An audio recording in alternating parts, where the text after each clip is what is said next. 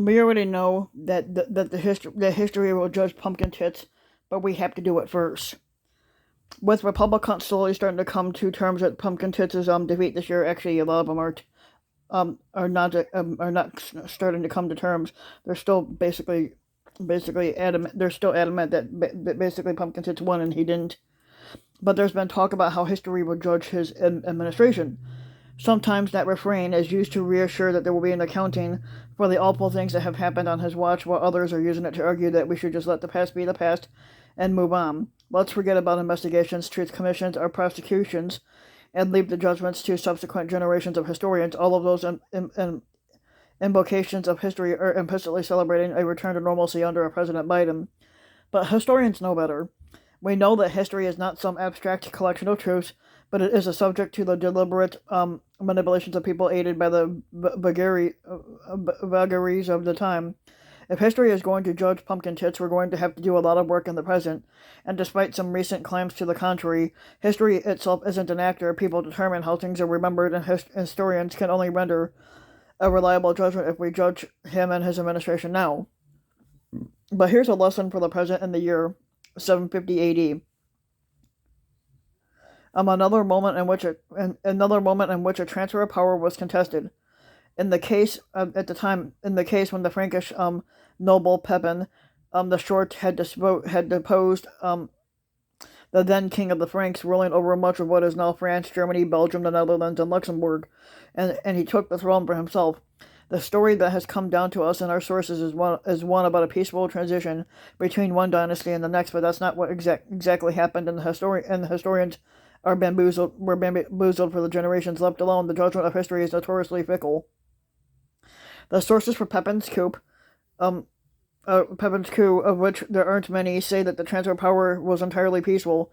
The previous king, Childeric III, was feckless and ruining the country, with like what Trump did. Yeah, Pepin wanted to set things right, and so went to the Pope in Rome to ask, to act as an external arbiter.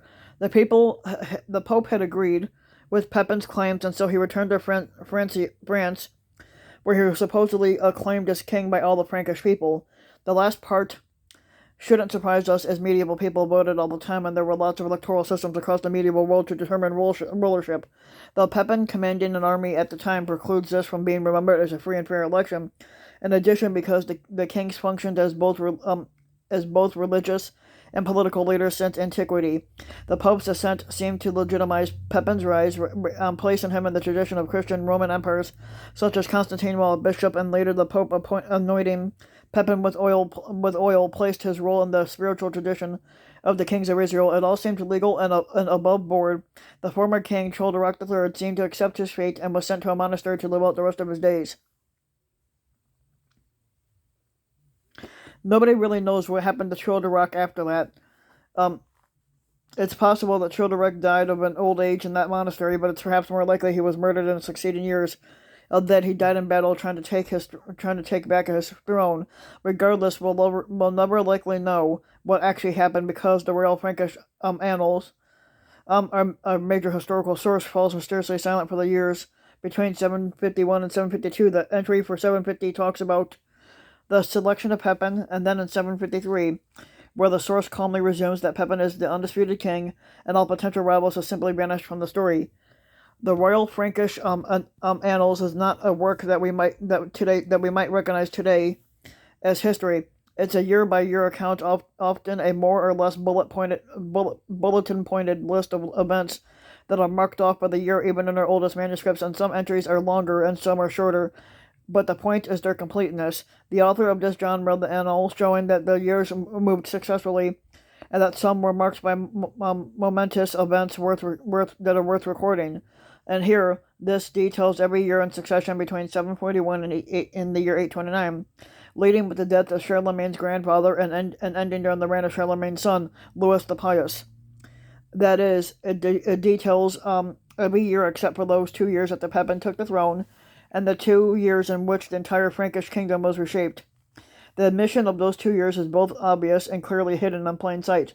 A moment that alerts us to something important about the transition of power, and it reminds us that this is a coup d'etat, and almost certainly a messy one at that.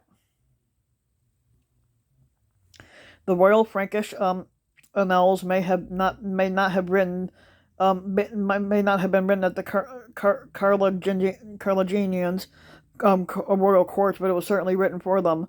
The text is a litany of triumphs, a subjective and selective,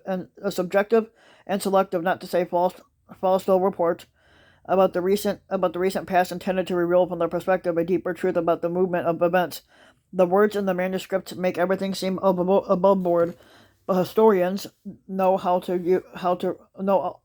read silences, and in this case, the silence of those missing years screams out to us about the dangers of letting people know history, of letting history judge people. In the modern era, generations of scholars took sources like the Royal Frankish Annals at their word, and the deposed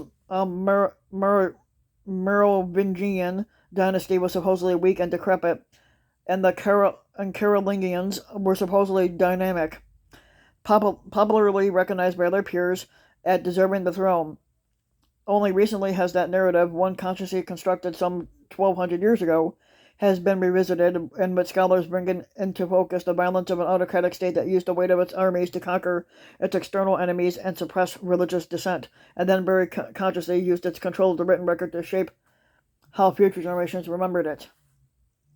We shouldn't wait 1,200 years for another reckoning. The pumpkin hits regime has already failed in its own coup d'etat, but it is too trying to shape how history will judge it, and we knew that the administration forced the National Archives and Library of Congress to remove photo documents that were critical of pumpkin tits. The Department of Homeland Security, meanwhile, has classified millions of documents related to immigration reinforcement under a designation intended for destruction rather than preservation.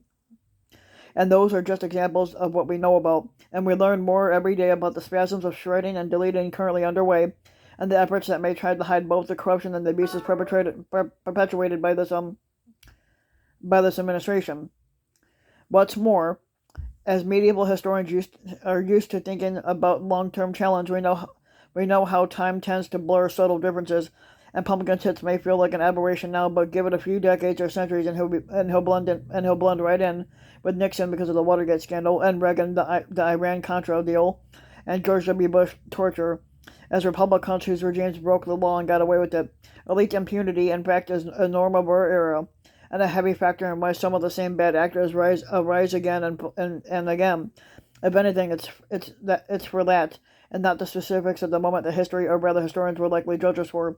But it's not too late. The country could form commissions to investigate and make public the abuses done in our names by the pumpkin tits administration, and we could for once hold the elites responsible for their misconduct. Now that would be something that history might judge, and judge favorably.